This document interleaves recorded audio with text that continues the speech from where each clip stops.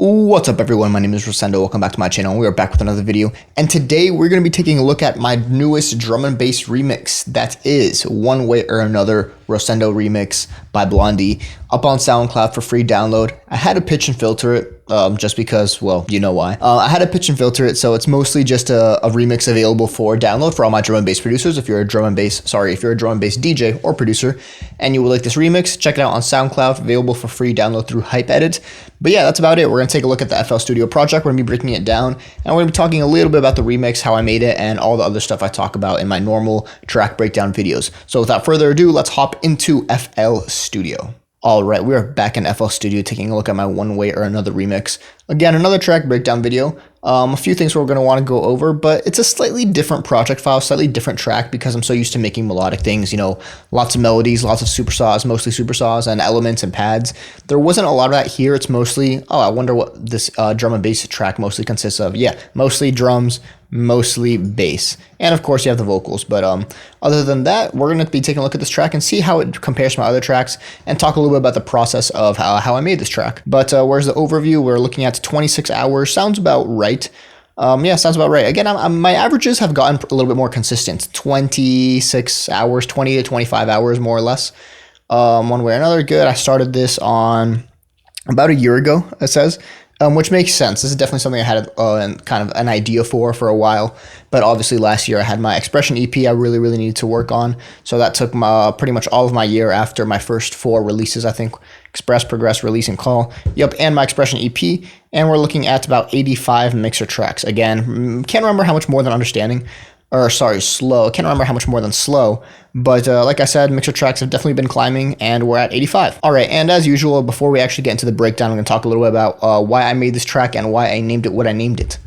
Nothing to go over here, folks. I made this track because I wanted to make this track, and I named it that because this song already has a name, and it's just a remix of mine. No, but I do want to take this opportunity to talk about one more thing, which is the fact that this is a drum and bass remix of an old song. I actually have no clue when the song came out. I'm going to look it up. Yeah, I thought it was like an 80s track, but it's a late 70s track. So it's an old track. That's not the point. The point is this. The point is, why did I make this track? I just heard it, right? It's one of those tracks that you just kind of hear in your head. You think about, you think about drum and bass, and then you think, hey, you know what? Those vocals kind of, I think, would have a good rhythm to them if they were in a drum and bass track, which, and this is tentative, which comes to my next thing, which, again, number one, I made this track just because I wanted to make this track. I kind of heard the remix in my head, and I thought, hey, you know what? It would be cool to make a remix of, this track and get a drum and bass remix on my belt, upload it for free download and try to see if, some other drum and bass DJs play it. But the other thing is that this is also going to be kicking off a new series. At least that's the plan. I'm thinking a little bit about, actually, let me talk about what the series is first. The new series is that, well, let me talk, here's the rambling again. I have no clue how long this video is going to be. Okay, first things first. My drum and bass kick really started in about 2020, and then that's beside the point. Drum and bass 2020, and then I started listening to it a ton. And then my drum and bass kick kind of got re-kicked after I went to EDC Las Vegas 2024, and I saw Cohesion and Dimension, and I saw Worship the day before. But after that, I really got into drum and bass, and it was about the time when Culture Shock's remix of I Like the Way You Kiss Me was really big. So I heard that song quite a few times in the festival. That song and It's That Time by Dimension. Well, not by Dimension. It's the Dimension remix of It's That Time. Those two tracks were just kind of in my head all last year, and they still kind of are in my head. But I got really addicted to those tracks and the dance floor energy of DnB, and I liked how those tracks kind of took over EDC. So what I decided to start a series where, the first Friday of May, 2 weeks before EDC, I'll be releasing a drum and bass remix of a random track to see, just to kind of, almost like an EDC remix version where, maybe in the future this will be like the one. The same way I associate my memories of EDC with, more or less I Like the Way You Kiss Me, Culture Shock remix, but sometimes It's That Time, Dimension remix will kind of resurge in my brain. But I kind of associate my festival experience with that song. I want other people to associate their festival experiences with another song, and I figured just make it drum and bass. It doesn't have to be. If you don't listen to drum and bass, it's not going to be the case. But I kind of had this idea of where every year I would release a drum and bass remix around that time. So tentatively every year, first Friday of May, I'll be releasing a drum and bass remix. I already know what my next 2 songs are because, again, I just hear a song and I thought, you know what, that would be a good drum and bass song. So I already know what the next 2 songs are, and I'm going to be doing this yearly series. I could have chosen a different festival. I could have chosen like Liquicity just because it makes more sense. But something about EDC and the memories it brings to me, I just chose that festival. So that's what I'll be doing. But again, I've been thinking about kind of the timeline of what tracks I want to release. By the way, right now, this is the first time in a while I have no clue what tracks I'm releasing next. It is currently May, what day is it, May 4th? It's May 4th, 2025. And I know what track I'm releasing next. I want to finish it up soon. But after that, I have zero idea what tracks I'm going to be releasing. And that's the first time that's happened in a while. I mean, even since 2023, when I knew low and exposition were a thing, and those were pretty much the only tracks I released. So I knew those. So I knew I was going to release those tracks. And then I knew what all of my 2024 was going to look like, especially with my expression EP. Except, I mean, Call got thrown in there. But all the other tracks I already knew I was going to release by the beginning of the year. And I already had the first half of this year planned, but now I have no other tracks planned. There's a few ideas that I have, and I'm just deciding on which ones I'm going to commit to, because at the end of the day, I just need to commit to a track. I mean, I have tracks in the works, but I need to commit to one. So after my next track that I haven't finished yet, but I'm going to finish it soon, I have no clue what I'm going to release, and that might put a dent in the timeline, because that means that within now, I mean, you guys see it usually takes me a year to make a track, not from start to finish, but just kind of getting the idea, working on other stuff, making sure I do a ton of things at once, and then actually committing to finishing the track. It takes me about a year. I'm pretty sure that's kind of a trend you'll see in my tracks. If you go back to all the tracks I've made, most likely you'll see that I can't say for sure, but you'll probably see that I started them about a year earlier. And again, it's the same with this track. I started the idea of this track a year earlier, and the time from starting to committing to finishing, I have no clue. I can't even remember how long that period actually is. I mean, the way I see it is I usually have a track like 50% done, and then I commit to it for about 2 months, and then I finish it. But I need that track to be 50% done first to be able to finish it in 2 months. So that's the hard part. And when I say 50% done, I mean like everything's arranged. I pretty much have all my samples, and I've said before that all the filler stuff is the hard part, and that's especially true in this track. I'll talk about that in a second. But all the filler stuff is the hard part. So again, the point I'm making is if I haven't even started the next remix now, it's going to be a super big time crunch that I like the idea of making a remix every single that same time, but that would mean I would need to start it the year before, and if I want to plan other things, it's kind of hard. So again, that's the plan. Another drum and bass remix every single year, but I haven't started the next track. I know what song I'm going to choose, but I haven't started it, and it usually takes me about a year from conception to finish. So we'll see how that goes. But that's beside the point. The point is, yeah, I made this track just because I heard it. I had this idea of the series. I'm going to see if I can start the series. But other than that, that's all I have. And that means we can actually get into the breakdown. We'll see how long this video ends up being. It's probably going to be long. But again, I don't really need to talk about the why I made this track or the narrational intention or the creational intention of this track. So without further ado, let's actually get into it, because we kick off the remix with what? Some drums and bass. Oh, revolutionary, right? No, this is just kind of your start. Again, a slightly more extended mix type feeling, because that's what I like for my drum and bass tracks, is especially if it's available for free download, you want to be able for people to mix it easily into their sets.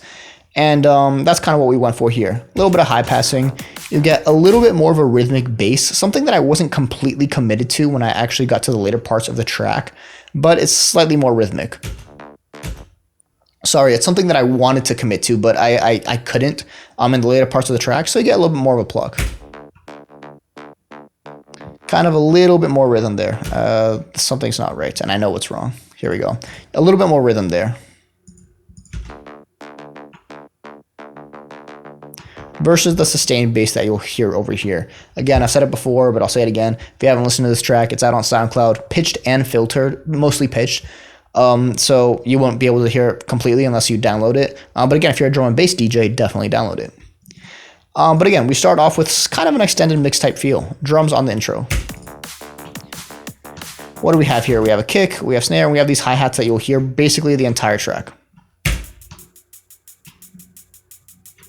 Solid. So let's do this. Oh, sorry. We also get some kind of atmospheres over here that I almost forgot about. You can probably hardly hear this, but I'll turn it up in post just so you guys can get an idea of what it sounds like. And a Reese. A little bit more atmosphere. And we launch. Again, pretty standard intro with one exception. The hard part about this track was trying to balance the kind of so here's the thing. When I'm making this remix, and presumably when I'm going to make the other remixes, I don't really know yet, I want to strike that balance of not making it of kind of keeping some aspects of the original track and not completely changing it around, because they're tracks I like. I'm not going to remix a track I don't like. I mean, I could if I really, really hear the track and I think, oh, you know what, this just needs to be revamped. But yeah, I didn't want to kind of do away with its features completely, even though A, I kind of did, but B, I kind of didn't, which we'll talk about kind of once we get to the actual progression of the track. But what do we have here? Here we have a sample slash stem slash sample from the actual track. We get this. Which, by the way, again, I try to experiment more with the stems of the track, and you'll see over here they're exported, and I do a bunch of other things. But I didn't really keep any of it except for this part. If you hear the track, you'll hear this part kind of going into the first part of the chords, where you get. Let's just get the drums. Let's get the whole thing. Let's get. It sounds something like this. But pay attention to this area. You get a crash, and then you get. I don't know if this is a kick or a snare. Well, let's see. Sounds like a kick. You got a kick building up into another crash, into the kind of the chords. Right there. You hear that build up? And we're into the intro. So obviously filters go away. We get a ride. We get some close hi-hats. And we get, let's listen to the drums. Let's isolate the drums. Actually sound pretty good. This is what we're working with. Anyways, we get your basses with that little screech. This kind of screech right here that you should have also heard in Call. That's the other thing. The second half of Call kind of has that more, the second half of Call kind of has that more dance floor type feel. And I mean, when I'm stuck for ideas, which I was stuck a lot on this track, you kind of just tend to gravitate to things you've done before and you know work. So that's what we did here. There's also this drum sample that I really, really like, this drum fill that you're going to hear a lot in the track. Throws in a really good variety, plus this crash that you're also going to hear a lot in this track. But really, really good variety. Anyways, you get your basses. How are we looking on the mixer tracks? You get your drums over here, basses all sent to a bass bus, a ton of basses actually, and a few other things that we'll go over in a second after we listen to our basses, which sound like this. Let's get this in too. This is what we're working with. Now, the thing I mentioned earlier is that we kind of do away with this whole thing right here, the whole rhythmic bass, and turn for just like a 1/8 bass line. Because A, I like 1/8 bass lines. Let's get the sidechain off. This is basically what you're listening to. The reason you heard that sidechain on earlier is because the automation was on. So let's redo that. This is what you're listening to. This is your bass line. Sorry, I'm glad I caught that. But you do get sidechaining from the kick, so it ducks a little bit. But for the most part, it's a 1/8 bass line. Where's the stab? There we go.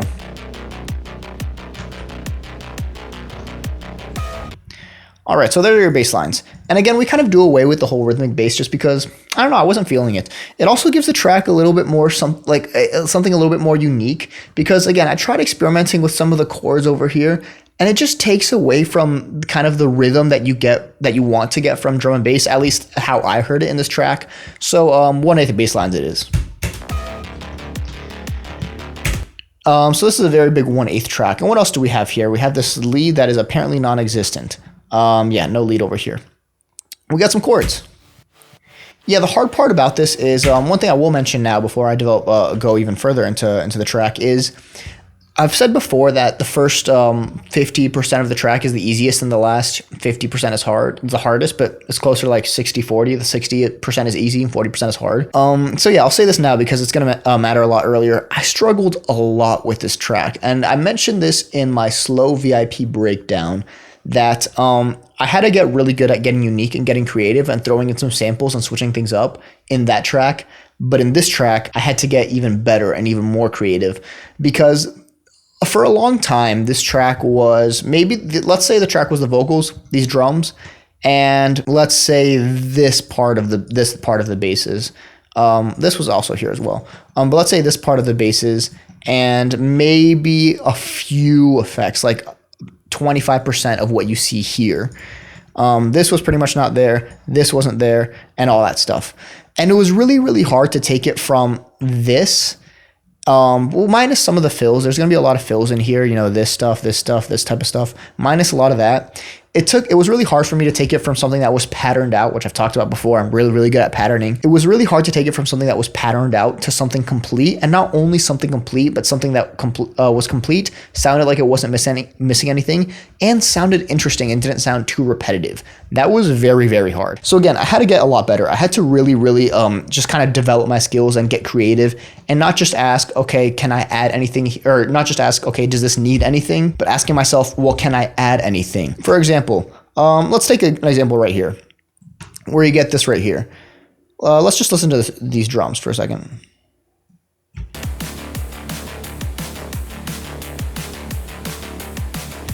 Things like this, things like these little fills here, where normally you have just these hi-hats. Let's erase this. You have a hi-hat hitting on every beat and a hi-hat on every other beat. Even just taking things like from this to, now I gotta undo a ton of times, to this, it just made such a small difference when you multiply it over the course of the entire track, where without the fills like this, without things like, what else we have in here? Maybe I added some effects, but I didn't. But without things like this, without things like this, without throwing this kind of extra thing over here,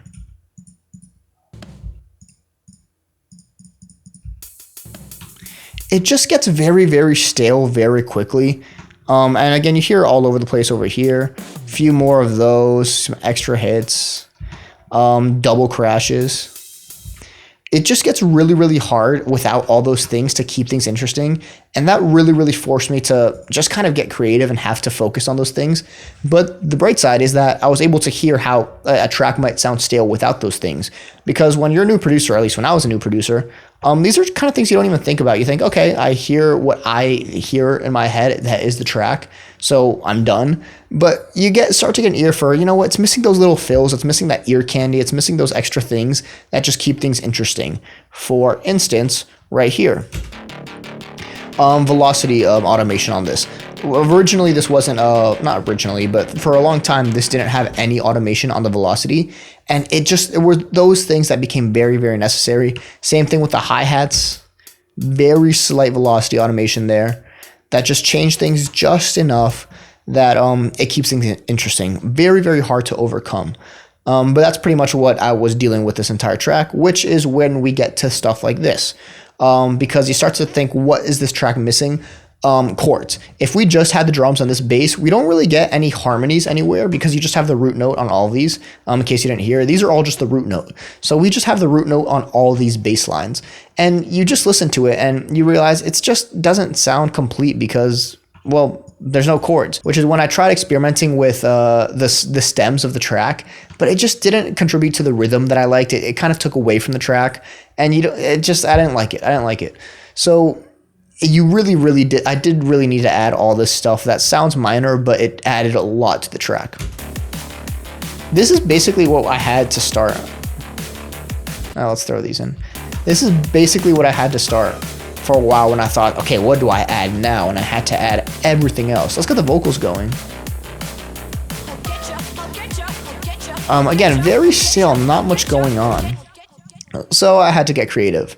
We get some very light supersaws. Again, throws and some harmonies. More importantly, let's get all this. Some guitar chugs, I believe they're labeled. These are out of Sullivan King's pack from Splice. We get 2 of them. We get something that sounds like this. And we get more harmonies. Pan to opposite directions, in case you didn't hear that. And it really just gives it kind of a metally, gritty feel to the track, which we kind of already commit to when we get these rides on every beat. We get 1/8 bass line. And it just kind of gives the track enough edge to make it feel different from the original, but still keep it some not too EDM-y, not too dance floor-y, where you don't feel like you're listening to the original track, even though you're not really listening to the original track. All you really have is the vocals, but it still has that feel of being a little bit more rock-focused, rock-oriented, having kind of some semblance of rock. So that's what we're looking at when we get here. You get those guitar chugs, you get sustain. I could have sworn there's a lead somewhere in here, but that might just be later in the track. Yeah, that's over here. So that's pretty much what you're listening to. Again, a few fills over here. Let's just take a listen to this as well. So you can hear them. It makes a very, very small difference. But it throws in enough groove that it doesn't get too stale. Or maybe it does. You guys can let me know. With the vocals kind of leading up into it, a little bit of repetition, but it helps you recognize that when you get this intro, start with kind of an extended mix, high pass, then you get everything, get a feel for what the track's going to sound like, and then you hear the vocals to know what track we're actually dealing with.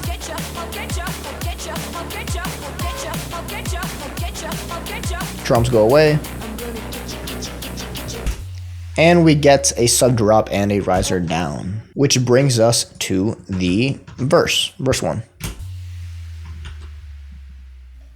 And you get those very recognizable vocals with that bass line. Into some drums. Slightly increasing on the volume on these hi-hats. Before we get into the actual verse, again, we call them verses of the track. Although here I have vocals, so I can't call them verses. Into the verse number 1.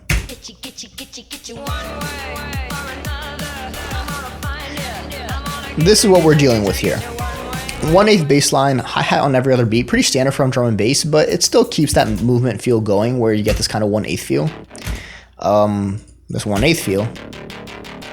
But again, sidechain on the kick.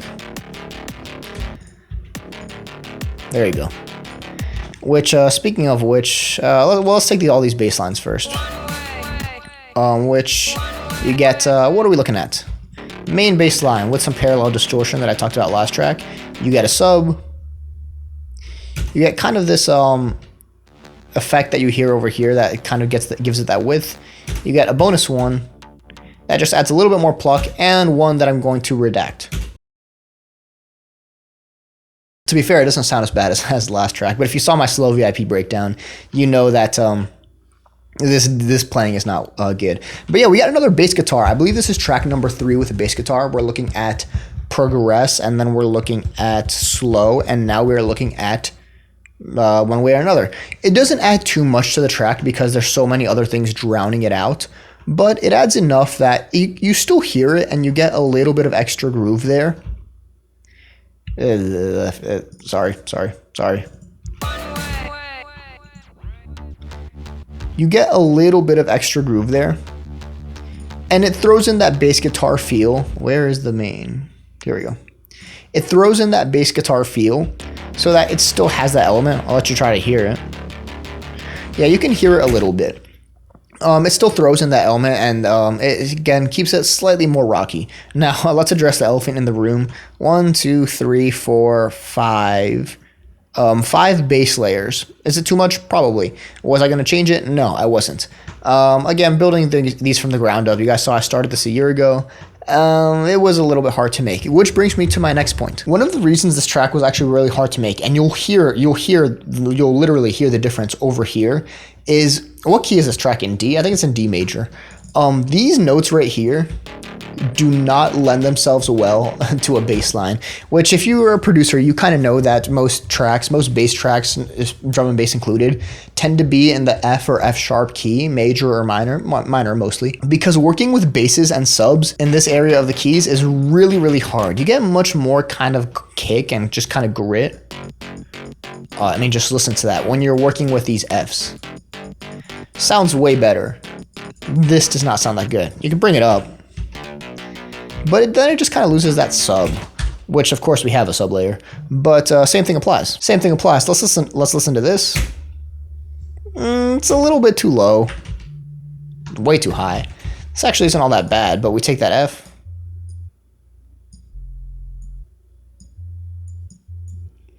Well, see, this is a bit too high, but this isn't that bad. Right here, we get a really, really nice bass, but we bring this down, and it's just a little bit too low. But again, nothing revolutionary. Anyone who's made drum and bass knows that, or anyone who's made kind of any bass genres knows that F is kind of a really nice key to work in, which is why there's so many layers. It was really hard to mix and get right because the bass wasn't just the cleanest, because we were in that register and because you know, skill issue. But that's why there's so many layers. But that's beside the point, because we get into the track. We get these guitars again, and we get all sorts of fills. I want you guys to imagine that other than this stab, nothing else is here, because these were nothing else other than these stabs. Nothing else was here in this track, and it just sounded, especially without the volume, without the velocity automation, it just sounds so stale, and it doesn't really get enough rhythm and variation and movement going. That, man, this was a frustrating track to make. All these fills I had to imagine and get creative and make up, because again, this is one of the things I'm not good at, but I was forced to get good at them. I thought I was forced to get good at them in slow and in basically every other track. And now here's the one time I did have to really, really listen and try to focus on what the track should sound like in order to add these fills. So in order to make it interesting, and which led me to adding these fills. And it was a big change. So now let's actually listen to the track. You can imagine what it sounds like without the fills, but you can also hear the fills and think, okay, you might realize how it adds things. And the other thing I'll say is these are very unorganized. I might use the same fill over here, but they're all over the place. So there's all sorts of variations here, but I was just dragging out of almost desperation. And just kind of impulsiveness when I heard something and I wanted to make it happen. So these are all unorganized. Yeah, nothing down over here, but all these things are just kind of all over the place. But here we are. Let's listen to this part. Let's go right here. You get that stab, some growls, some kind of zaps, more stuff, kind of an extra screech / growl. And the other thing I wanted to mention is, one of the things that I personally am really, really big fan of is, this is going to sound generic, but drums. I like drums. I always listen to the drums in songs. That's also one of the reasons I really like things like pop punk, which if you saw my most recent video, I talked about.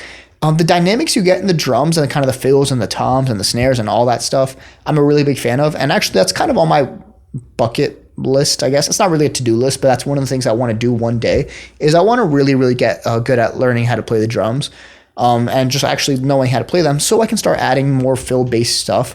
Because even something as simple as just throwing in a crash that's not on the start of the phrase, actually over here, but then doing things like varying these hi-hats, and more importantly, having fills like this throughout the track just makes such a big difference. And there were things that I was forced to add as well.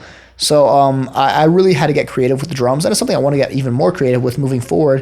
And it'll be a lot easier for me if I were able to just know how to play the drums and just bam, do it on my own. But other than that, you get all these fills plus some drum switch ups, like right here, and then an extra crash, things like that. I guess I should do this hand. I believe the snare's on the right. And all sorts of things over here, like this gun bass that really just adds some grit. And more stuff, again with this fill over here. And then we get to this section of the track. Pretty iconic vocals right here. This is what I meant to do. Pretty iconic vocals right here. One of the things I forgot to mention, actually, which I just remembered now, is the other thing you end up to kind of fill the gaps, you end up doing to fill these gaps, is using some delay, using some echo. Because we have a very standard delay on the vocals. You kind of hear this delay over here. But what we do is we have a delay send as well that kind of has more of an echo feel to it, that plays out on some of the more stressed syllables in the track. Like this. Well, I mean, you'll hear it. You guys already heard it, but I wanted to draw attention to it. Repeats right here. Especially where the gaps are. And again, you'll see right here that the ratio changes, because instead of over here where you get to just one kind of echo, or sorry, it kind of repeats the next beat, it will repeat kind of the beat after, and for a longer phrase, like over here.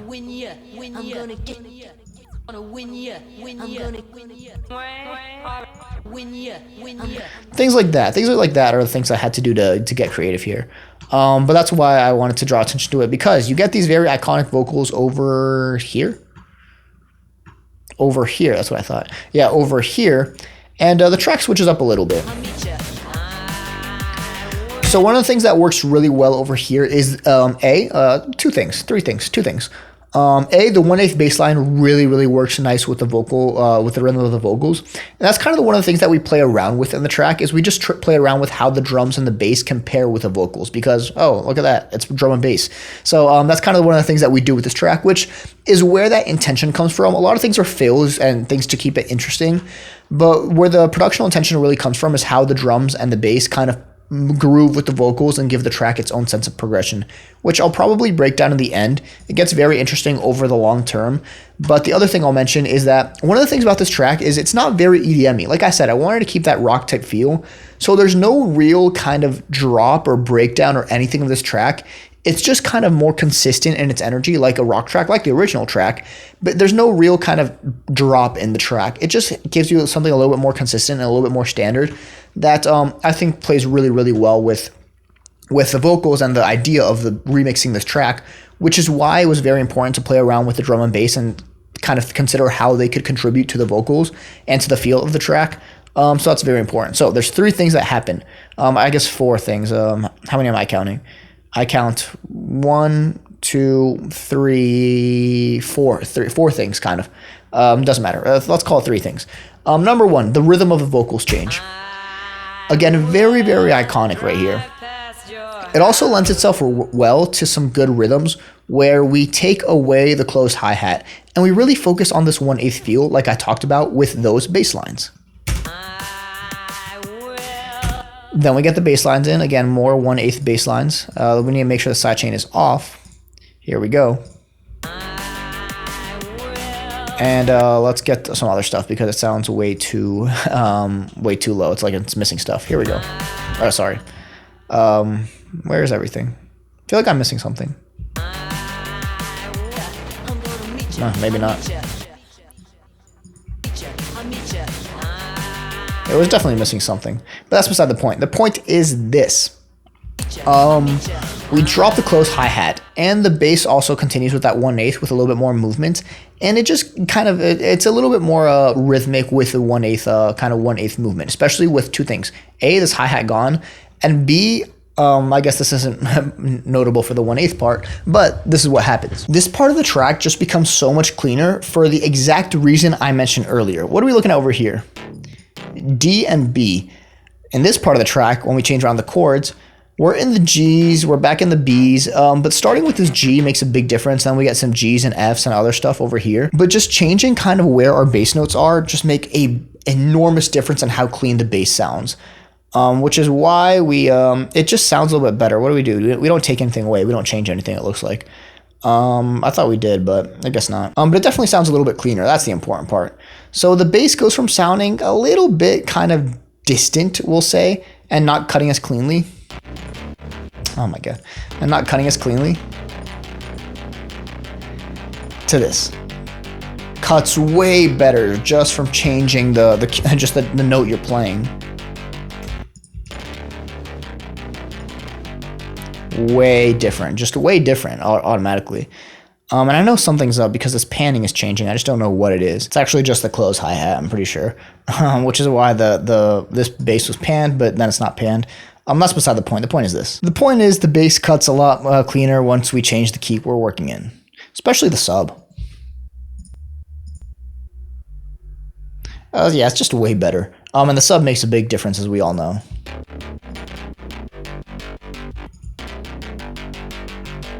Kind of completely forgot you could lock on things like this. Let's do that. I'm gonna lock these so I don't have that issue again. But yeah, so this is what we're looking at. I mean, every time I hear it, it just sounds awesome, which is also why the track just flows really well from this area to the next, because you get all these things. The guitar is still here. That's kind of the thing I forgot to mention, is the guitar is still here. What's this? Probably another bass layer. There's a little bit of screech, a little bit of whatever. The guitars go away, the hi-hats go away, so you get kind of a more direct bass line feel, which contributes really well to the change in the vocals. So you get this very kind of full area of the track where the bass line is kind of doing whatever it wants because we're playing D and B. But when we take things away and the bass line just becomes cleaner, you get good movement in the track that pairs really well with this part of the vocals. We also bring up the volume on the hi-hats a little bit just to really emphasize that pattern. Not only do we do that, but it looks like we get this layer all over the place, which you can barely hear, but I think it adds some texture to it. Again, things like that just make the biggest difference, where you add a little bit of texture where it already sounds stale, and it does the job. Now what's this? Yeah, a few zaps, a few stabs, more swishes. Let's just listen to this area right here. Well, you get this with the crash. Works really well. Kind of forgot about that. Some reverses into this thing, which I believe we pitch all over the place to actually match the vocals. I don't know how I came up with this, but it works really, really well. Let's get those together. Let's get the hi-hats too, because the hi-hats are just so important. And let's pick one of these. Let's pick the sub. Again, so you kind of get something that sounds like this.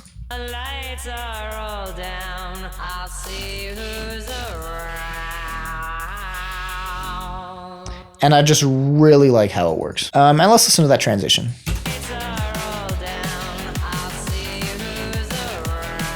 Some sweeps. We drop some of the drums. 2 hi-hats and a sub drop. I really, really like this part. By the way, we get the bass guitar over the entire time as well, which again, I had to play on my own, and it sounds pretty bad, but we get an extended bass note right here. Into the next part of the drop. The biggest things you'll hear, no, sorry, the next part of the track. The biggest things you'll hear are, number one, the ride. The ride is the biggest difference, and we get a few more elements where after we had just the guitar over here, we get some of this. What do we have? There we go.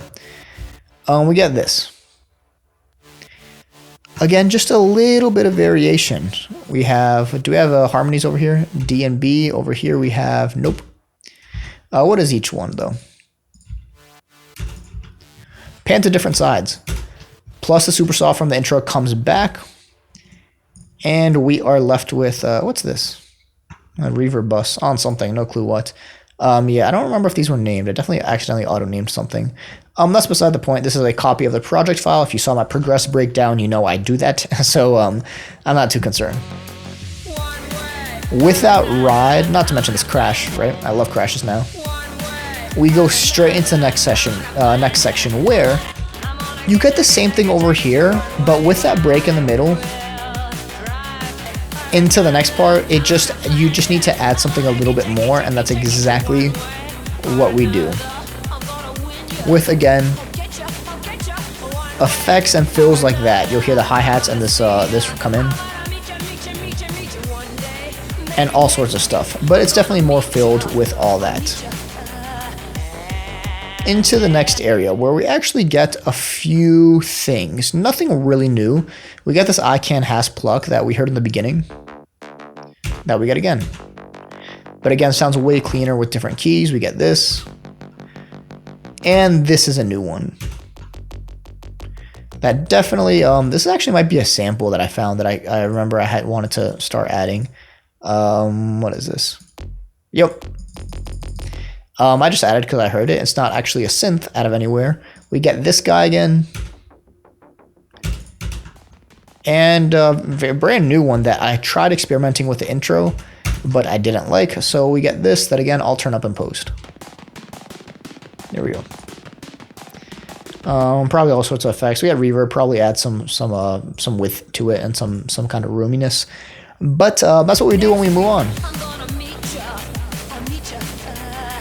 This is just your switch up. We get the crash and we just get just the kick and a kick on every beat with the bass line. The other thing we do is, as I've mentioned before, I'm a really big fan of experimenting with sidechain. So you hear, well, actually, you'll hear this again in a bit. But take a listen to this, because you do get that 1/8 bass line, this time with sidechain. The sidechain, yeah, these are two different types of sidechain. The first one is sidechain from the kick. So when the kick hits, the bass ducks. And by the first one, I mean the one you're hearing right now. And the second one that is not on is just kickstart, 1/8 sidechain. 1/4 sidechain, actually. But take a listen to this, because the sidechain ducks, and that's what contributes the biggest to the variation in rhythm, which again, we're playing around with the vocals. Let's listen to this. And if the lights are all out, right here, we get a little bit more rhythm. which is exactly where we play around with the sidechain. So take a listen to this. Right there, and right here even more. So what we do is when you need a little bit of extra groove and when you can play around with it, for example, right here you get a little bit of a gap in the vocals, you take away the sidechain from the kick. Let's solo that so you can hear. So take a listen to this. Well, let's go over here because you can hear the kick ducking the bass. And then right there it doesn't. You should be able to hear that 1/8 bass line very clearly. Especially over here. And then you just take it away completely to throw in a little bit more variation, especially when the hi-hats come back in.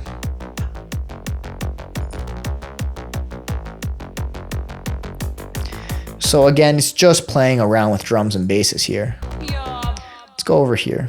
Let's go over here. Let's listen to it all together because this is again, productional intention here, people. Again, this is what this track is about, seeing how the vocals can play around with drum and bass, seeing how the drum and bass can play around with the vocals.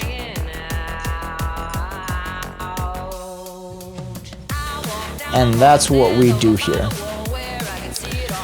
So again, seems minor, but these are all the things that I take into consideration when I'm making a track and I'm trying to see how things can work together, especially when you're remixing something so popular that probably has hundreds of millions of streams. And you want to make sure you kind of give it its own kind of character. Instead of just turning it into something super EDM-y, you give it some character. You think, well, how can I make the EDM part to work with the track that already exists? Again, I'm a really big fan of this.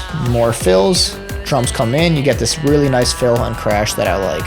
Crash. Into the next part. And again, a masterclass in intention and a progression here. What are we looking at on the vocals? What are we looking at here? Pretty standard stuff. Let's take just the main.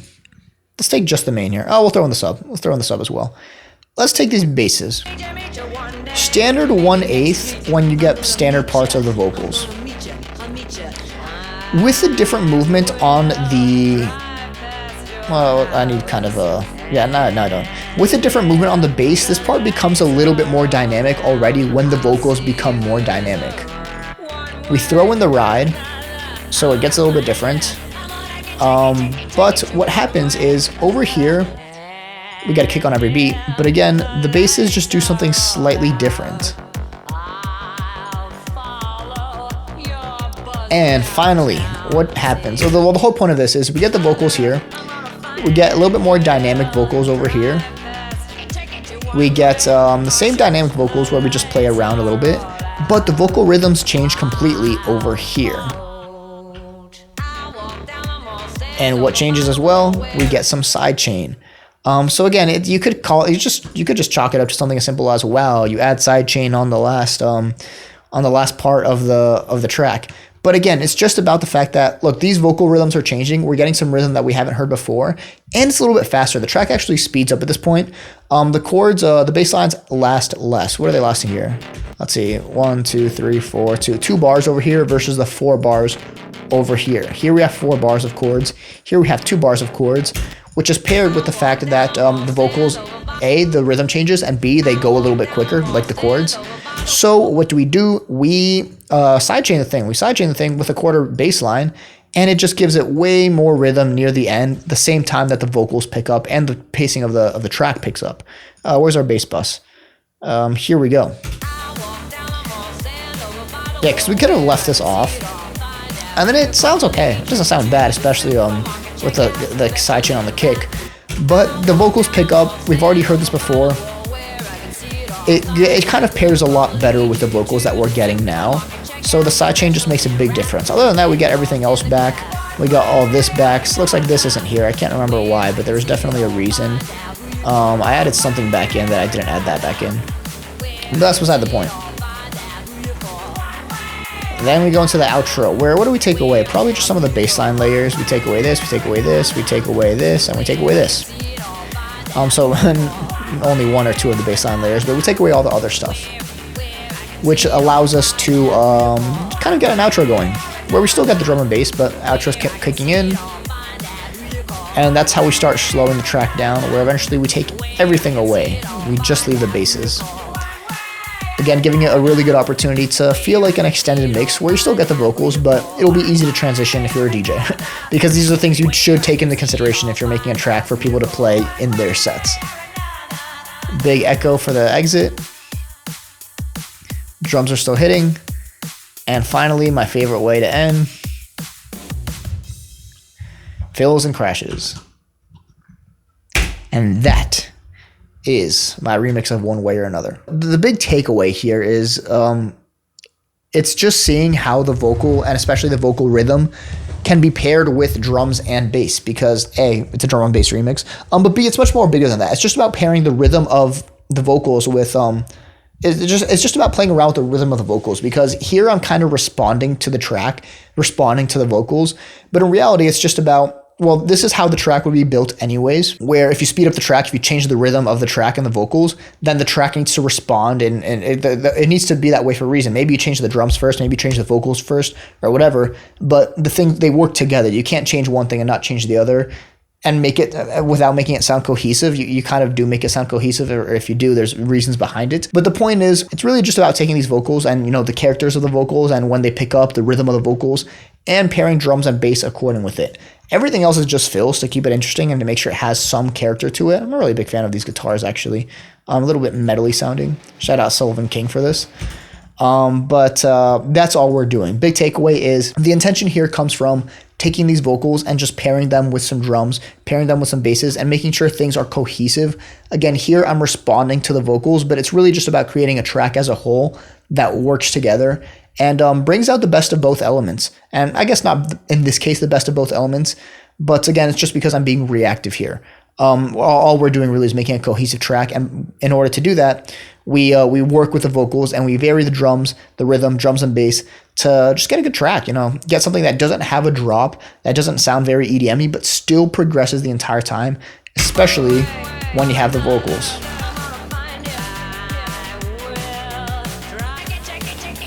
Get the rides in there. Drums go down just for a little bit of a break before the finale. And we get the sidechain just to pair with the faster vocals.